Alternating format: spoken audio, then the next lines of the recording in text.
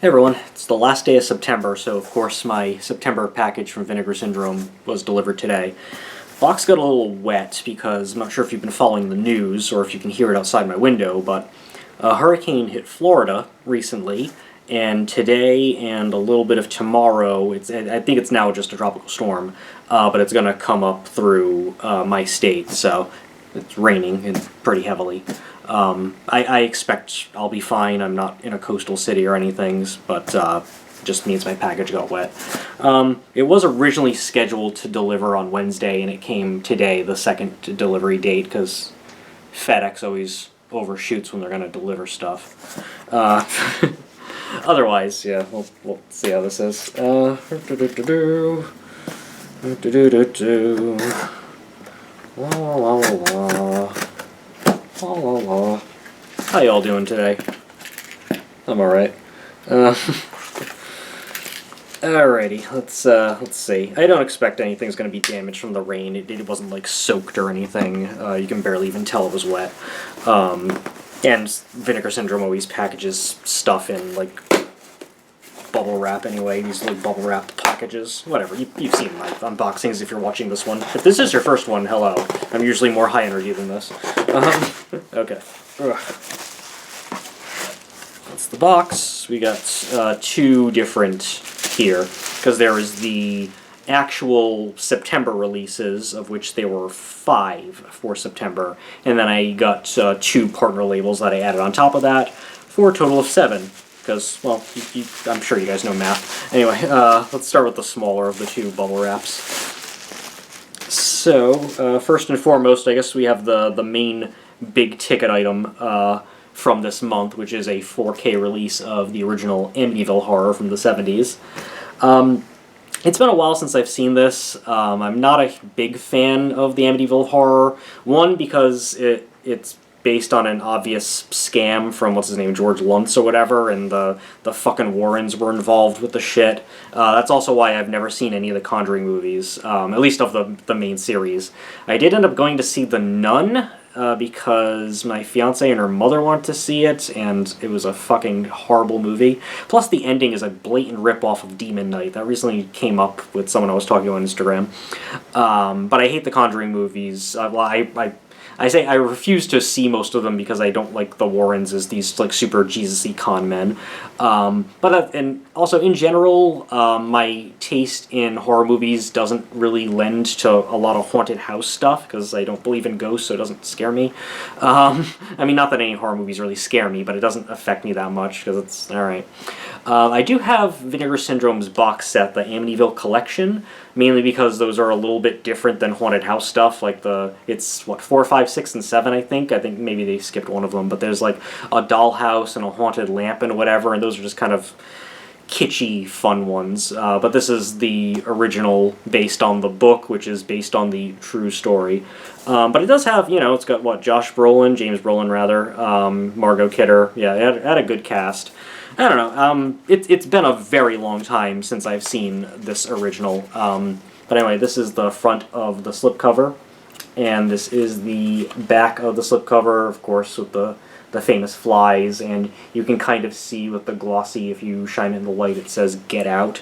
The Get Out's pretty much hidden because it's the same red color as the back, but when I shine the light thusly, you can really see it. Hey, girl. And that's the cover there. So, yeah, I'll obviously I own it now, so I will give it another shot, and maybe I'll like it more. Maybe I can get past the whole I hate con men, and religious con men at that, and actually enjoy the film. I did see in theaters when they made that remake with Ryan Reynolds in the early 2000s, back when they were just remaking everything from the 70s and 80s as like hard reboots. Yeah, that was fine. I remember it being very similar to this. But anyway, let's see. So, the original film, it's restored in 35mm from the original camera negative. It's got the original and unaltered theatrical surround mix, as well as an alternate stereo mix for you soundophiles or audiophiles. Got a commentary track by a doctor in parapsychology. I will not be listening to that. No, thank you. I mean, I love Dr. Peter Venkman, but he's a fictional character. That's because it's not a real science. Let's see. There's a brand new making-of documentary with interviews from the cast and crew. There's an archival making-of documentary with James Brolin and Margot Kidder. Margot Kidder has since passed away, of course. An interview with James Brolin from 2017. An interview with Mino Palucci from 2017. An interview with the screenwriter from 2017. And an interview with the composer from 2017. I guess that's when all these extras were commissioned. Oh no, there's an interview with the composer from 2013 as well. A video introduction from that con man. And a trailer. So, yeah. So, well, I don't know. I'll give it another shot, but I didn't like it too much the first time I saw it as a teenager. I don't expect to like it too much now, but maybe my opinion has changed. Maybe it will bother me less. So, Amityville Horror. Vinegar Syndrome, now that they have, that's my phone alert, it's Ickville from Rammstein, so sorry if that confused anybody and they thought it was satanic, whatever, it's just German. Now that Vinegar Syndrome has like a deal with like old MGM titles, they're just kind of re-releasing a bunch of stuff that came out on Blu-ray already through like Shout Factory, Scream Factory on 4K. That's annoying some people, but for a lot of these titles I didn't already own them on Blu-ray, like next month or tomorrow, they're doing Texas Chainsaw 2, which I've only ever owned on DVD. I never upgraded to Blu-ray, so I'm totally fine getting that in 4K with new extras and shit. But anyway, Amityville Horror. Next we have Edgar Allan Poe's Buried Alive. It's not really based on a Edgar Allan Poe story or anything. I haven't seen this, but I've heard of it before, because there's about 9 billion movies called Buried Alive that came out around this time. I believe the only reason they put Edgar Allan Poe's name in the header is because the Frank Darabont movie of the same name was coming out like the same year, and Frank Darabont is a much bigger name than anyone involved here. Well, I guess Donald Pleasance is in this for $1.25, I guess. Some secrets are best left buried. You know, this seems pretty cheesy. I saw the trailer. It's like, maybe this is fun. I don't know. Oh, the back is Ravenscroft Health Facility. I believe this mostly takes place in a mental hospital, if I'm not mistaken. And this cover here. So, let's see. This is scanned in 2K from the 35mm interpositive. There's a 13-minute interview with Ginger Allen, famous porn star who became mainstream. She's in the Vice Academy stuff. I'm technically a producer on Michael Keane's Dr. Deathface, and she has a small role in that. So, yeah. Oh, she was also in the movie Horror, which I recently bought the Blu-ray from Australia, the Umbrella release. You know, the what's his name? The guy who directed Altered States. Fuck, his name is Ken Russell. The Ken Russell movie. I didn't know that movie was a comedy before watching it, but it's pretty good. But she's briefly in that as well. Anyway, so there's an interview with her. There's an interview with William Butler. And that's it. So 2 interviews. One is 13 minutes, one is 19 minutes, so nothing too crazy on there. But yeah, I think this could be interesting, like little like early 90s cheesy fun. This is early 90s, I believe, right? This is, yeah. Oh no, 89, close enough. So 1989. Oh yeah, what year was Amityville Horror? I know it's late 70s, right? It is 79, yeah, so very, as late as you can get in the 70s. Alright, and then the last of this particular bubble wrap is Mutant Hunt. So that's the front of the slipcover there, and there is the back of the slipcover there. I've heard mostly bad things about this, but this seemed kind of interesting to me, because I believe this isn't even about mutants. I think this is like a Terminator ripoff, right? In the near future of 1992. That's funny. This is from 87. Robots have become a facet of everyday life, and the diabolical head of the top robotics firm, so Elon Musk, developed a solution named Euphoron, I suppose. So they inject a drug into the cyborgs, and it makes them strong and powerful killing machines. That seems short-sighted. And so the chief robotics engineer attempts to stop the robot takeover. So yeah. So this is from Charles Band's Empire Pictures, and it's from the director of Breeders and Robot Holocaust. So this could be very cheesy fun, or it could just be horrible garbage. Which one? I don't know. I've looked at the Letterboxd reviews. I've looked at what people have said when they announced these titles. I don't have high hopes for it, but I might find some fun in it. So let's see. This is restored in 4K from the 35mm negative. There's a commentary track with film historian Elizabeth Purcell. There is an 18-minute interview with the makeup artist. There is a 56-minute interview with an actor whose name is Dr. J. Buzz von Ornsteiner, which has me intrigued that it's 56 minutes and that man's name. Let's see, there's a 24-minute interview with a different actor. Yeah, movie's not rated. It's only 77 minutes, so it looks like it's a quick sit. Apparently MGM also owns, I guess they own some of the back catalog from Empire Pictures, so I don't know. I think I might have some fun with this. I've heard bad things, and maybe it is absolutely terrible. But that cheesy plot, this cheesy stuff, I think I think I'll probably enjoy that. That seems like something that'll be a little up my alley. And now we got the remainder of the titles. No, I guess one of them. I guess the other one was a VSA, so I didn't get that one. So it was actually just 4 regular titles. Yeah, because I do remember there was. I think it was called Red Sun Rising. Maybe that was the VSA. And I'm not big on martial arts chopsaki movies for the most part. I've mentioned that in previous unboxings. But speaking of that, a martial arts chopsaki movie. This is heavy. The Iceman Cometh. That's the front cover there. And that's the back cover there. From what I've heard, this is basically a Hong Kong version of Demolition Man. Guy gets frozen from an ancient time and is reawakened in modern times. Well, Demolition Man wasn't ancient. It started in the near future of like 1997 and then goes into the 2000s. Demolition Man's great. Yeah, so this is a 2-disc set. It looks like there is a original 115-minute Hong Kong cut and a longer 122-minute Mandarin language cut for mainland China. But yeah, this is basically, it's that. A guy from ancient China is frozen or whatever and is woken in modern times. I believe they have like a villain that is also there. So yeah, that's basically all it is. But I hear it's a martial arts, maybe a little bit of sword and sorcery, I don't know. This is Region A locked, by the way, for some reason. This is from 1989. For extras, we have the original cut of the movie in Cantonese. Newly translated subtitles, and let's see, there's a new commentary with Sam Deegan, film historian.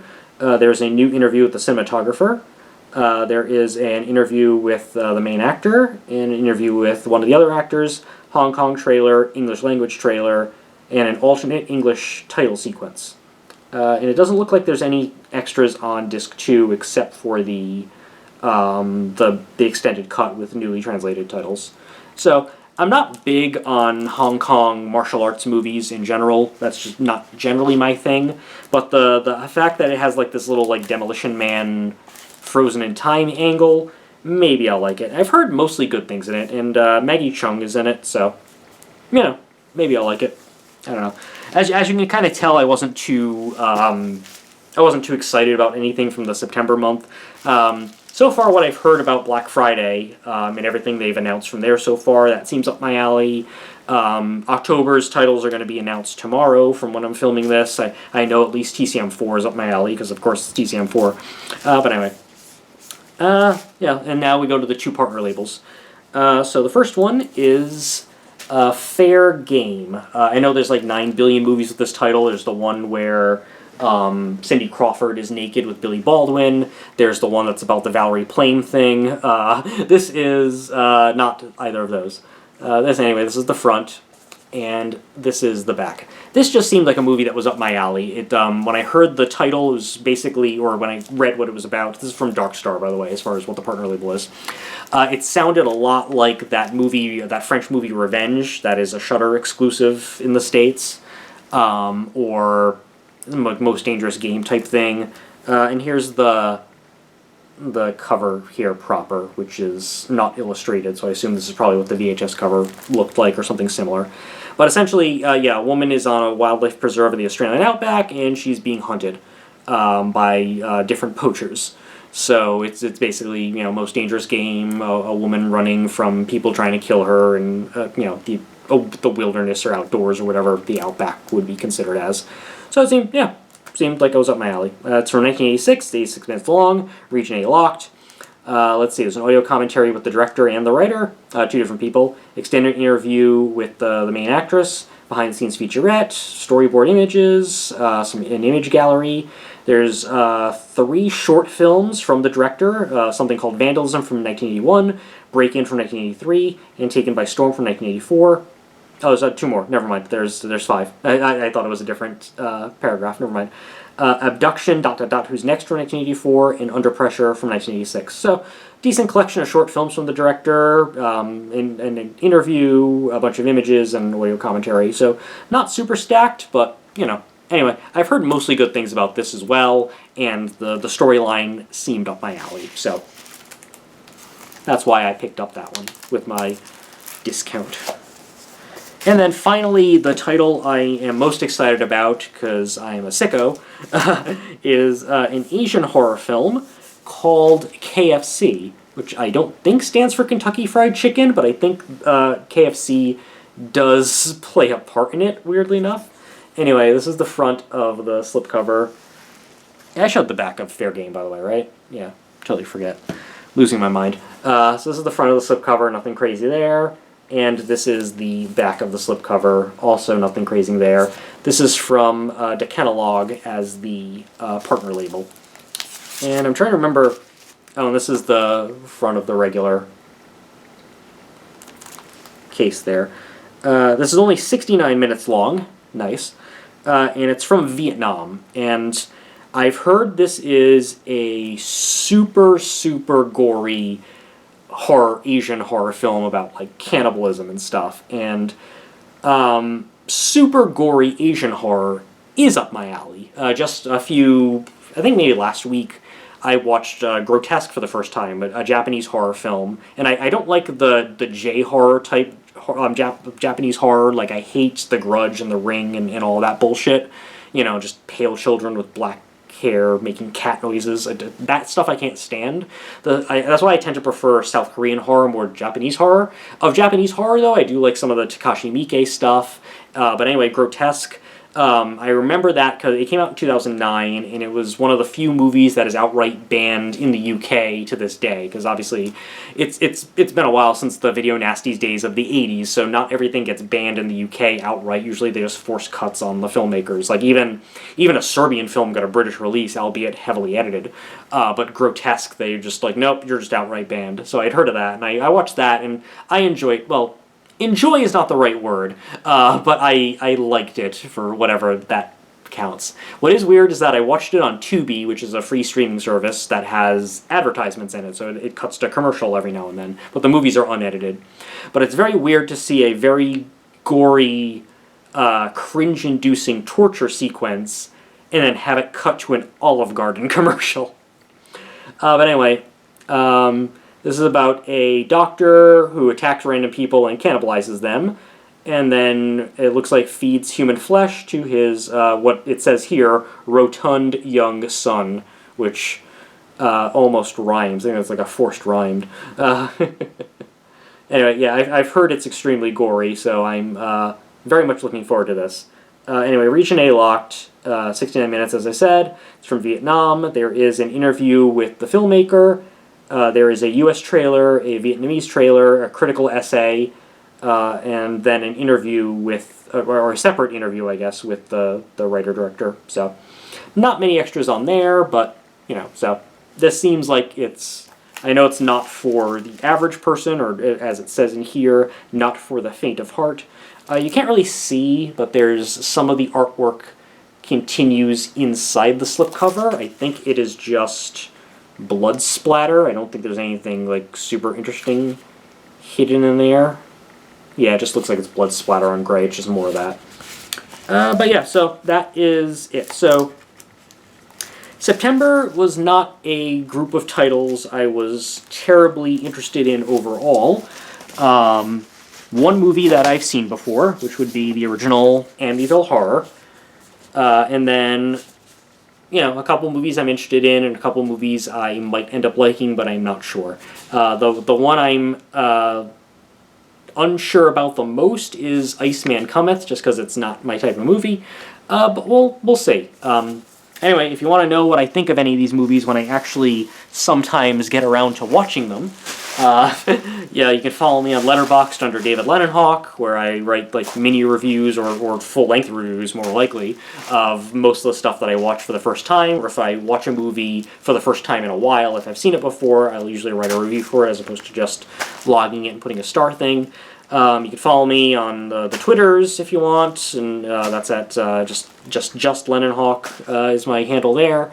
But otherwise, like, share, subscribe, do all the things, to cheer me up and make me happier about things. I don't have anything super planned for October because of various stuff that's going on. But I might do a random video if I get bored or just the mood takes me. I've been meaning to do a lot more Dave's faves of different stuff. Somebody mentioned to me recently that it's the anniversary of Gattaca, which is one of my top 5 favorite movies, so maybe I'll talk about that.